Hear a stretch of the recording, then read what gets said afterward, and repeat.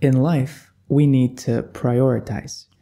Things don't just come to us, they don't just fall to us.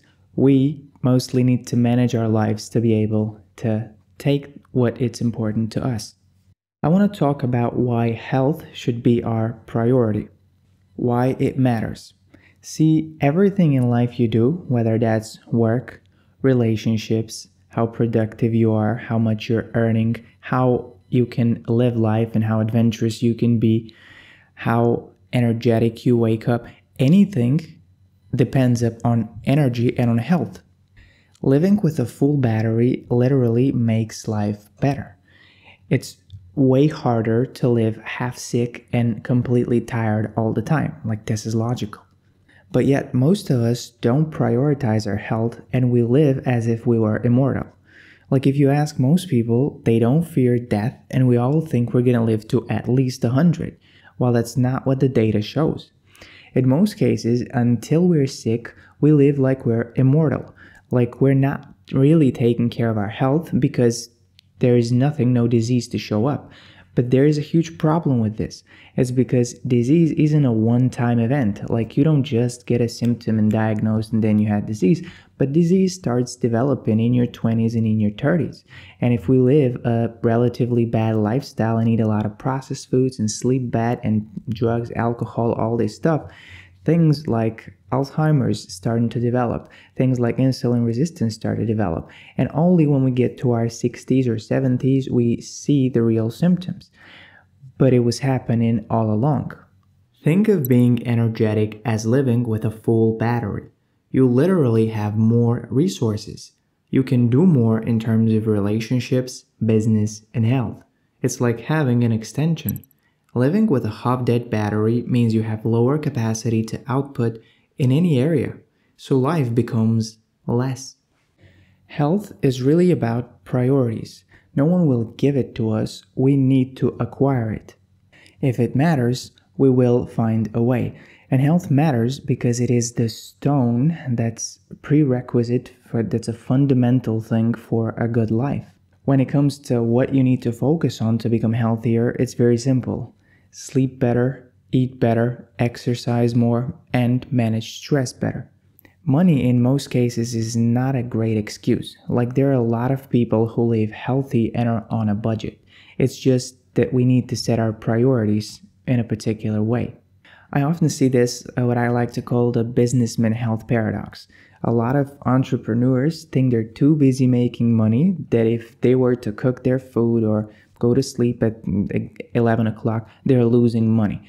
But the whole point of being rich is being able to work as much as you want, is to live the life of adventure that you want, is to be energetic and feel good in your body. Like, that's the whole reason why we're doing it. To think that you can outlive in a business sense, like live very fast and be extremely smart and dynamic while deteriorating your health, is foolish.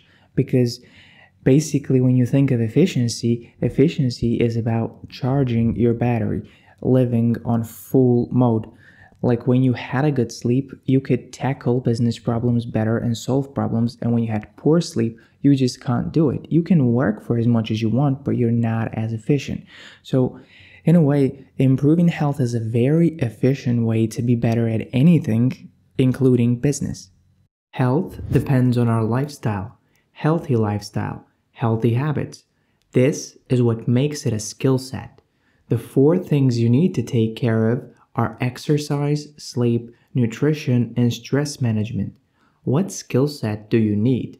For fitness, just find a way to walk more, schedule an enjoyable low-intensity cardio on the weekends, lift weights 2 to 3 times weekly. For nutrition, buy healthy foods, cook healthy foods, prep your meals in advance, have a Plan B snack, hydrate more often. For sleep, you need to set up your environment so it is dark, cool, and quiet. Pop on your blue blockers at 8 p.m. Deep breathing for 5 minutes before bed. It's not that complicated. Now I want to talk on this topic of worthiness. A lot of times, and I've been working with a ton of clients, particularly in the realm of fitness and exercise, like I'm a kinesiologist, but also I've looked at nutritionists who work with their clients, and they all have the same problem. Like, the client knows exactly what to do. Like, they have all the information, they have all the practical tools and resources they need. They just don't do it. And it's always a question of why. Well, in every person, there is a slight difference into why they're not tackling the problems they need to. But there was this topic about worthiness that Dr. Gabriel mentioned on a podcast of Diary of a CEO, about worthiness, right? Worthiness as a determinant for success in health. In other words, although you have all the information, one of the biggest problems why we're not taking action to improve our health is that we don't feel worthy of it. And you can see this in any area of life. Like, you can see a high achiever that's a high achiever in business. A lot of times he also has better connections in relationships and better health. It's because he feels worthy of doing it. There is like a reason why I would get up at 6 or 7 o'clock, and why I would work out, and why I would cook my food and eat healthy, and why I would go to bed and take care of the kids and everything. Like, there is a reason, there is some level of worthiness attached to it, that it kind of makes sense to exercise, because the world will need me, and I need to carry heavy groceries, and I need to lift my kids up, and I need to go up the stairs for 100 floors. They feel worthy of having it, so they bust their ass out to get it. So ask yourself this: why are you worthy of being healthy? It's a literal question. Like, stop the video, take a little pen and paper, and write down, why do you think you're worthy of being healthy? What does the world need you for? Why is your life bigger than you? What is happening outside of your life that requires you to take care of yourself? What are you so important for tomorrow? In other words, why are you worthy of being healthy? In life, you want to do things as efficiently as possible. That is very logical to most of us. That is exactly why we're driving our car to work and why we don't go by walking. Because why would you waste so much energy?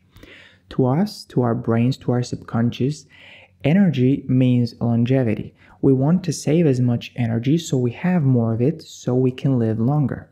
This makes a lot of sense on an evolutionary level. Being healthy is literally about managing stress better, sleeping better, exercising 3 times a week, doing weights and some cardio, and eating cleaner. And if you really stop and think about it, none of these 4 things, besides exercise to an extent, is hard. Like, your body literally needs to push. A lot of times when we try to push through external resistance or run harder than we're used to. But that's literally the only hard thing. And with time, when you gain momentum and when it becomes a habit, it just happens on autopilot. It leaves you feeling great. It increases your energy. And it's not hard in a sense of you thinking about it before going to a workout. Because for a lot of people, they don't hate their time in the gym. They hate their time before they go to the gym. Like this 15 minutes of self-negotiation of how hard it is going to be, and I need to get mentally prepared and all that. And when they start working out, and 10 minutes into a workout, they feel great. They're very glad they did it. And so if we just find a way to reduce friction and just exercise a bit more, everything else can fall into place, because a lot of these other things are not as hard to do. If you care about energy efficiency and you want to do the most that you can in the world, it's foolish not to see how being healthy contributes to that. Literally being unhealthy, being low on energy, having poor sleep, being unable to manage stress, all of these things require so much more energy from you to do the things that you're either way going to do, because we have to work in a way. We also want to have relationships. We want to move and be able to get our groceries. And when you're healthy, all of this at baseline is just much easier when you have more energy. Being healthy and having more energy is the lazier, more efficient, better thing to be. On a long time frame, we're winning when we're energetic, higher capacity to achieve more and enjoy life better. Another thing I want to talk about is setting standards, not goals. So when you think about improving yourself, improving your body, improving your fitness, improving your life, literally improving anything, you think about goals. We've been taught to set very specific, measurable, smart goals, right? But the reality is, in most cases, we associate this image of how much we exercise or how healthy we eat with our persona. Like we judge who we are based on exactly that thing. So if we didn't go to exercise, we judge ourselves. And I'm gonna give you a little example. If you have set yourself a goal to be at 8% body fat by New Year's, right? The focus here is so external, it's hard to really motivate yourself and do the right thing to get to 8% body fat because there's no meaning to it. Like in most cases, the meaning of 8% body fat is I'm gonna look a little bit more attractive in the gym. But does that really matter that much to change your whole lifestyle around it? No, not really. But if you've just set a standard, I'm gonna exercise 3 times weekly, and I don't wanna hear about it. Like I'm gonna do whatever it takes, whatever I need to, whether I travel, whether I stay at home, I'm gonna visit the gym for 3 times weekly. That's a lot more doable, and that's a lot more healthier way to think about stuff. Because whether you'll achieve that goal is going to be dependent on numerous factors. Like you cannot predict the work and life related stressors that are going to impact your diet. But you can say, well, if I try to eat 80 to 90% clean whole foods and not really jump around eating processed stuff, unless really a little bit on social occasions, that's a standard. If I say I'm going to go to bed at 11 o'clock for 6 days a week, that's a standard. If I say I'm going to fast for 5 days a week for 16 hours, that's a standard. And the good thing about it is you can't fail your standards. You can just increase them or lower them depending on what your life desires. But when you think of standards and not specific goals, you detach your persona to a degree. Instead of setting shallow goals like 8% body fat, ask yourself, why do you really want to be fit or healthy or run a marathon? Like, what does it mean to you? Maybe your desire for fat loss lies in attracting a partner and forming a deeper connection. Maybe you being healthy means more capacity to achieve in your business and set an example for your kids. Maybe running a marathon is the kick in the butt, exciting challenge you need to get off the couch and prove that you can do it. When you deprive your brain of meaning, motivation degrades. And trust me, shallow reasons aren't going to hold you up for long. At the start, training is hard. Eating clean is hard. Sleeping good is hard. But if it's worth it so much and it's better than not doing it, then what's stopping you? And yes, you'll need discipline for it. We have become a little bit soft in the modern world in a sense of discipline. We think we can introduce numerous different hacks and tools and tips and tricks that are going to make life way smoother and seamless and easier, But there is some beauty about you pushing through resistance, needing discipline, needing to fight against the resistance, the energy of adrenaline before you go to a cold shower or before you hit a hard cardio session or before you go and approach a girl. All of this builds us as who we are. It sort of crafts us into becoming more resilient, into overcoming life's challenges. And there's unlimited amount of challenges we're going to pass through life. So training and gaining a little bit of discipline isn't to be feared of. Like not everything needs to be extremely easy and soft and smooth. But you only fight against resistance, or at least meaningful resistance, at the start. Like when you haven't gone to the gym for a couple of months, it's very hard to go for the first 3 times. The more you do it, the more normalized it becomes. So your body doesn't even think about it. It happens on autopilot. You just go to the gym and it's done. And it looks so easy when people with healthy habits do it. It's because it is. I love eating my chicken and homemade barbecue sauce with sweet potatoes and garlic. Like I love putting my blue blockers on. I never miss it. I love to have that sensation of going to the gym and pushing through a little bit of resistance and drinking water and sweating and listening to my music. It's It looks easy because when you have done it for so many times, it becomes easy. In a way, when you're starting out, it's a choice. It's hard because it's not what you're used to. It's a transformation. So think of it as a standard. For someone who doesn't go to the gym at all, them going twice a week is a huge step up. For someone who goes 5 times a week, going 6 times a week is almost like nothing, you know? And whatever healthy habit you can think of, be it, I don't know, cold exposure, fasting, or optimizing sleep, or doing heavy intense cardio, towards any of these things, your body is going to have some sort of resistance and bad energy associated to it. You're going to have to fight and get through to be able to craft a habit from that and normalize it. Don't fear discipline. Don't fear intensity. Don't fear change. The worst thing that'll happen after is you don't like the change that occurred. You can always go back to your old self, hide in the corner, and do the easy thing instead. Stop trying to brainwash yourself into finding the easiest route to starting something. The whole reason it is worthy, the whole reason it signifies growth, is because it's hard. You'll never think your way into doing the hard things. You just need to do them. Stop wasting hours in mental preparation. That's not doing the thing. Doing the thing is doing the thing. Last thing is shifting the status quo. Taking accountability when it comes to health. See, when you say, I have work, it is the best socially acceptable excuse for anything. Like, you could talk about not deepening your relationship, not being healthy, not exercising, not sleeping, and everyone is going to socially reward you for you doing double shifts or working without any stops.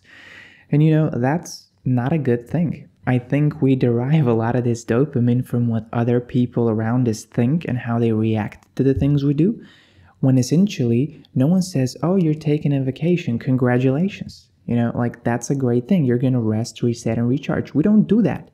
We only reward people who are workaholics and who do double shifts and who even don't take care of their health and don't even sleep to finish that project.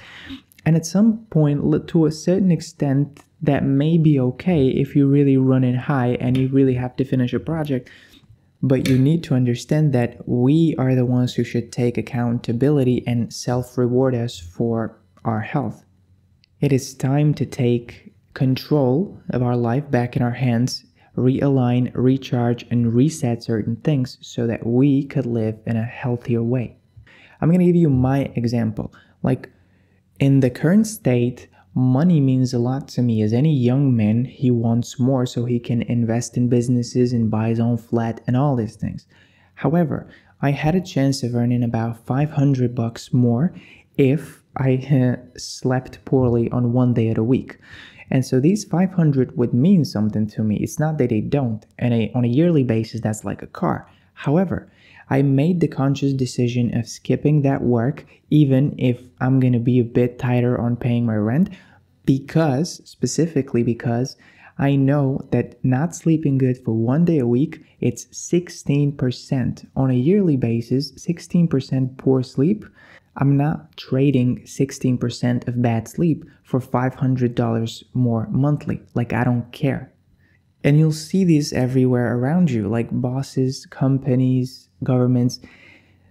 It's in their interest to use your energy most efficiently, not to keep you living the longest. A lot of institutions and also people think very short term. That's a young kid, he has a lot of energy, a lot of attention he could give us. Let's use all of his resources and waste him up. But if you really think about it, you're going to produce more meaningful work and you're going to have greater impact if you learn how to recharge your battery on a daily, live healthily, and extend your work throughout a, let's call it, longer period of life. So instead of living bad and expecting your, social security and your healthcare insurance to pay for you to uplift your life and get healthy and back on track again, how about we just don't do all the damage that we do so things don't happen to us or they happen way later in life?